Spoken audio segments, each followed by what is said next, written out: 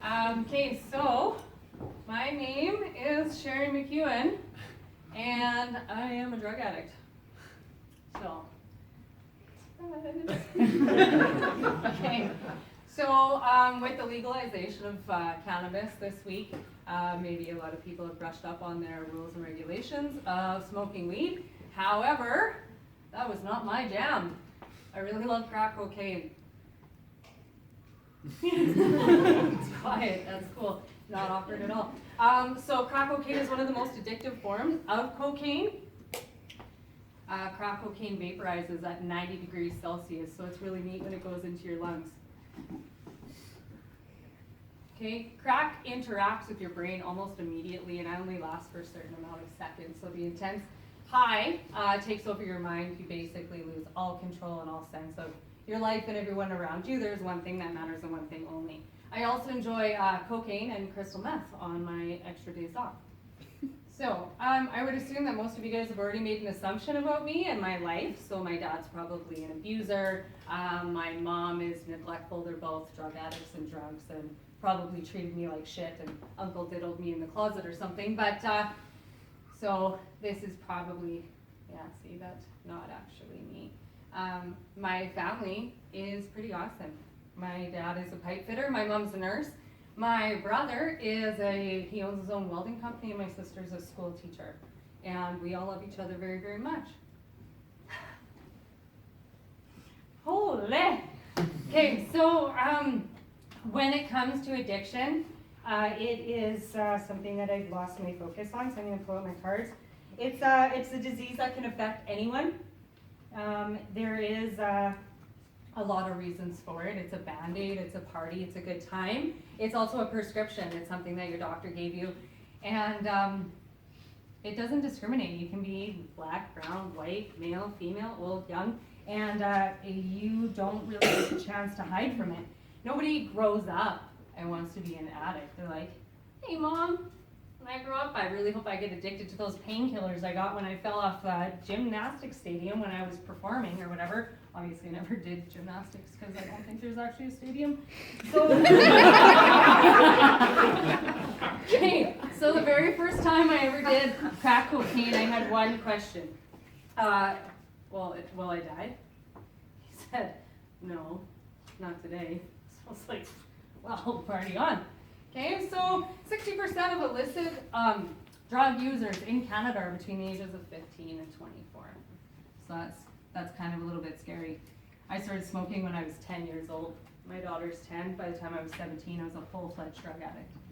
In Ontario, 1 out of 50 students are said to have had smoked crack at least once in the past year. So that's 19,300 students in 1 year smoking crack cocaine.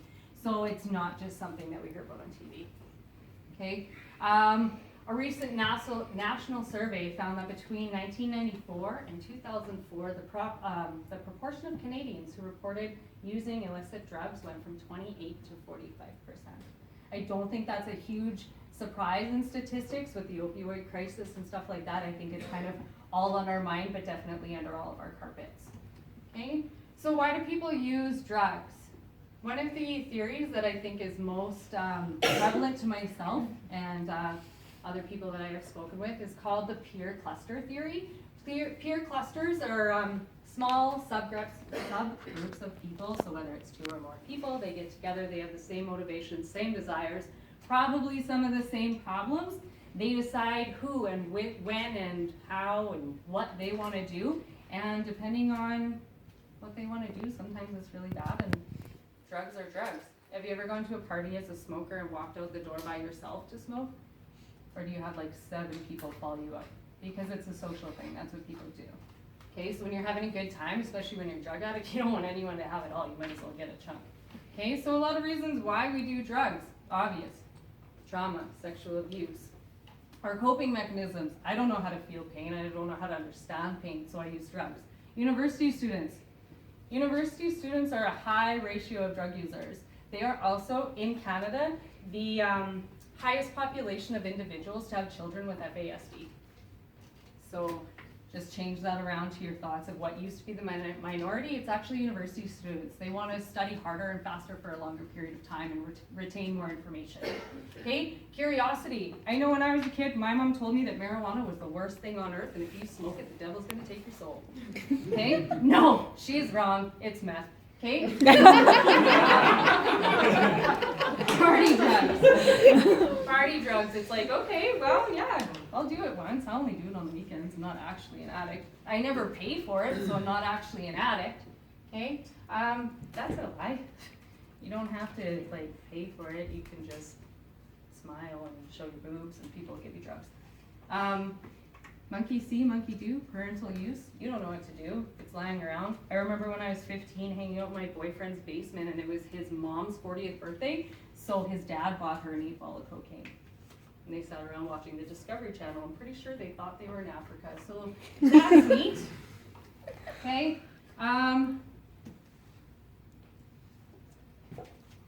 Albert Einstein, I think you referenced him as well, so I was like, oh, she beat me. Okay, insanity is doing the same thing over and over, expecting different results. This is something that is really prevalent in the world of addiction.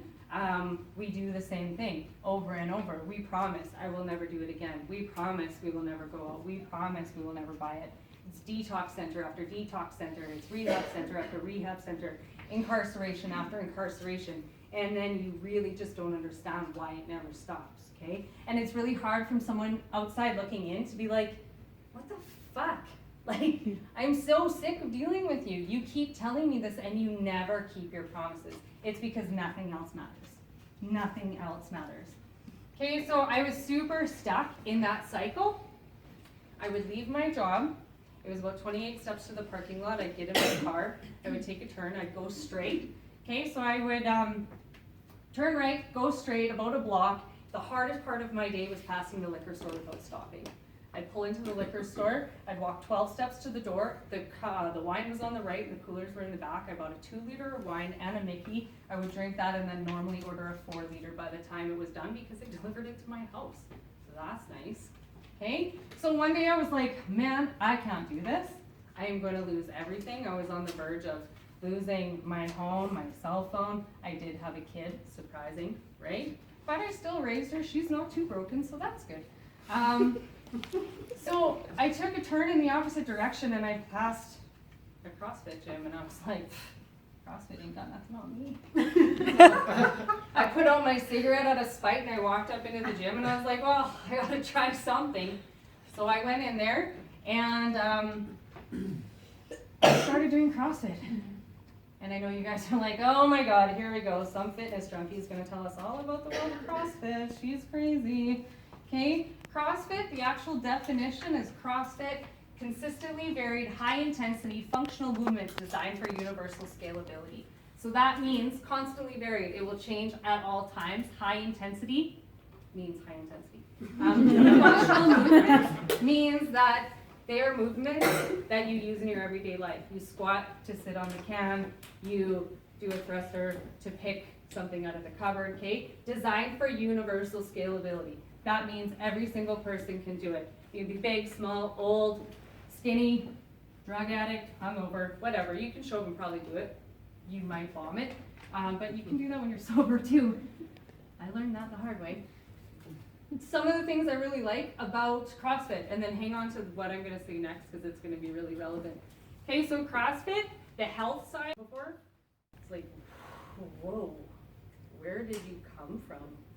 Like, what do you mean you don't drink on Monday? Like, weirdos, okay? And then you have a home. Lots of people have a house to live in, but how many people have a home?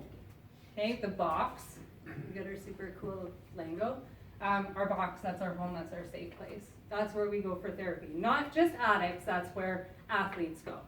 Okay? Our purpose is to participate in evolving challenges for a sense of purpose and success. Okay, so that is an everyday changing workout or competition or whatever it may be, scaled to your ability in order for you to complete it better than you did the day before. And your community, above all else, CrossFit is about community. I know it seems really daunting and scary to walk into a gym with a bunch of jacked up CrossFit athletes, but when you get to know them, they're really not that bad. Most of them are kind of like really big, hairy teddy bears, except for the girls, because that would be weird. But, okay, so the definition of drug recovery: health, managing someone's disease and living a healthy lifestyle. A home is creating a safe place to live. A purpose is to participate in daily activities that provide a sense of purpose, community, relationships, and social networking to give love, support, friendship, and hope. Do we see the correlation there? See how I did that? They match. Okay, CrossFit. I fell in love with it. Absolutely couldn't resist. I went to CrossFit every single day, and I went into my car and I cried. One, because it was super scary and my coach was really big and really loud, so it was kind of intimidating, but I beat the shit out of myself every single day. And one day at a time, I quit smoking and I quit drinking and I quit using, because I would show up at the gym putting my cigarette out and everybody beat me. And there's one thing that addicts and alcoholics love more than anything else, is to win and to have it all. I'm not gonna share my whiskey with you. That's dumb. I want all of it for myself. I want to win everything for myself.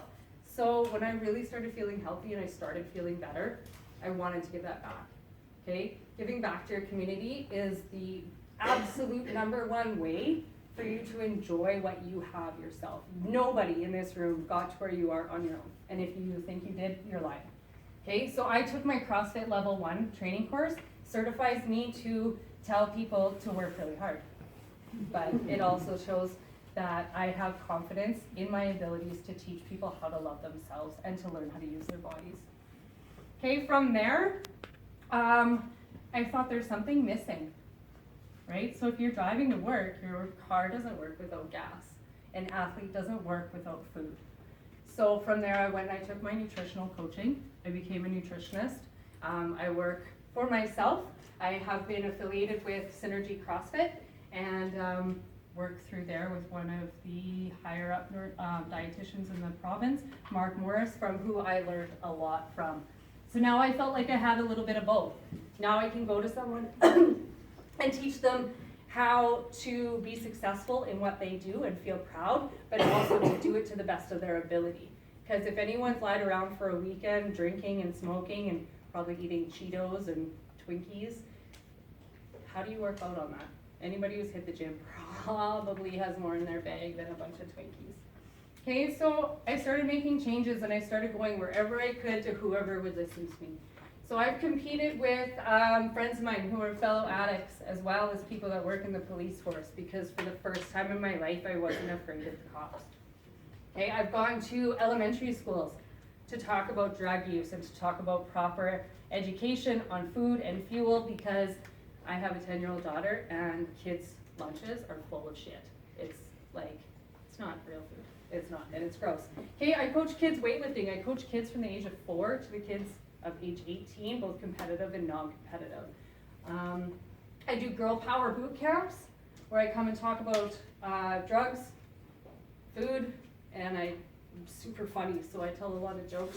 I've gone to CrossFit Humble, where a whole bunch of moms who have put themselves on the back burner for way too long really just wanted to know how to be fit and how to be better.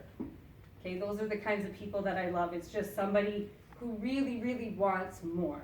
Okay, and then from there, I also work at the White Buffalo. I facilitate a program that helps families and their teens communicate with each other and do it well and properly, and the progress that I see in these people is amazing, and it just makes my heart swell every single day. So combining all of this together, that's what I love, absolutely. I've been a manager of a scrapyard for 7 years, so I feel like I found something better. Okay, so this guy here, this is Ron Gillis. My whole life was built around lying, cheating, and stealing. The only reason I really wanted to go into rehab was because, okay, I'll give it a try, I really don't care. One of the things that stuck with me was the strength in the community in CrossFit. This is after he got out of CrossFit, or out of rehab, and he started trying to find something new, okay? Because he didn't have anywhere to go, and he didn't have anything to create that support system after his rehab, because what happens when you go back to where you came from? You go back to where you came from. That's the cycle of insanity. Okay, so I'm definitely not reinventing the wheel. This is done. It's a thing in the States, CrossFit gyms. that help athletes and addicts. Kay and Ron Gillis is one of the first people who put that together. It's a way of integrating treatment aspect of dealing with addiction and mental illness with an exercise program like CrossFit. Okay, so what I want to do is I want to bring that to Saskatchewan. I want to show people here that there is somewhere to go. I feel like a lot of programs and a lot of funding is put towards making sure everyone looks like they're doing a really good job and helping out these poor souls, and then kicking them back out on the street and wondering why they end up incarcerated time after time after time. There's a large percentage of people incarcerated that are incarcerated solely for drug use and addiction, and they're not put into a rehab facility. It's easier to just put them away. So from there, I've rallied my fellow addicts, and we've gotten together, and this is something, I won't say the whole thing because it's long, but someone told me this and it really hit home, okay? When he started working out in a CrossFit gym, he worked out every day. He worked harder in CrossFit than he ever did trying to get high. And that's a lot of work. I stayed up for like days stealing barbecues and golf sets, and you gotta steal a lot of golf clubs to get some drugs. Okay, so he'd been doing CrossFit for over 5 years. He was stronger mentally, physically, and emotionally. He found a family, and he loved himself so much, and he knew what he deserved. So at the end of a week, when someone says, oh, it's been a long week, I deserve a drink. I don't deserve to die. That's how it looks like to me. Okay, so when I look at my people and I deserve something, I deserve to be proud of myself, I deserve to be successful, and CrossFit is something that has saved my life. And that's not just me saying it. There are a lot of addicts that go to CrossFit for its high intensity workouts. So from there, I started 365 Nutrition. 365 Nutrition is something that people need every single day. It is a nutritional fitness program that is still honestly in its building blocks. I'm just talking to anybody who will listen, and it's getting to a point where I'm hoping to shake enough hands to put a building on my foundation. I want to bring an affiliate CrossFit gym to the city and help the people with drug addiction, alcoholism, cognitive issues, and any kind of trauma, or someone who just needs a place to hang out. I want them to come, and I want them to be fit, and I want them to be healthy. I kind of just explained this. I want people to learn how to fuel their bodies, release endorphins and serotonin. It literally does create a high. That's one thing that addicts really love about CrossFit, is it is so intense in such a group-related atmosphere that like you push yourself and push yourself and push yourself. And it is harder than anything you've ever done, but every single person can do it, from the best of the best to the newbie walking in the door, and that's what I love about it. Nobody feels left out, ever. 365 Nutrition has been created to give those in our community support 365 days a year. Dreams without goals remain dreams and fuel disappointment. So yes, I have a big dream. I still have a foundation, like I said, but I do have a goal and I will achieve it. So when I stand in front of you and tell you that I have a dream, it's going to be more than that. It's going to be a thing. It's going to be real, and I cannot wait to bring people into it. I want to see equal abilities for all addicts in their recovery. I do think that there is a big divide on who gets treatment and who doesn't, but we won't get into that. There will be a safe place for addicts when they leave the centers, because that is not something that happens right now. There will be a community full of belonging, and I have the belief that it is possible, and I will see my mission through. So, my name is Sherry McEwen, and I am a survivor. So, thank you.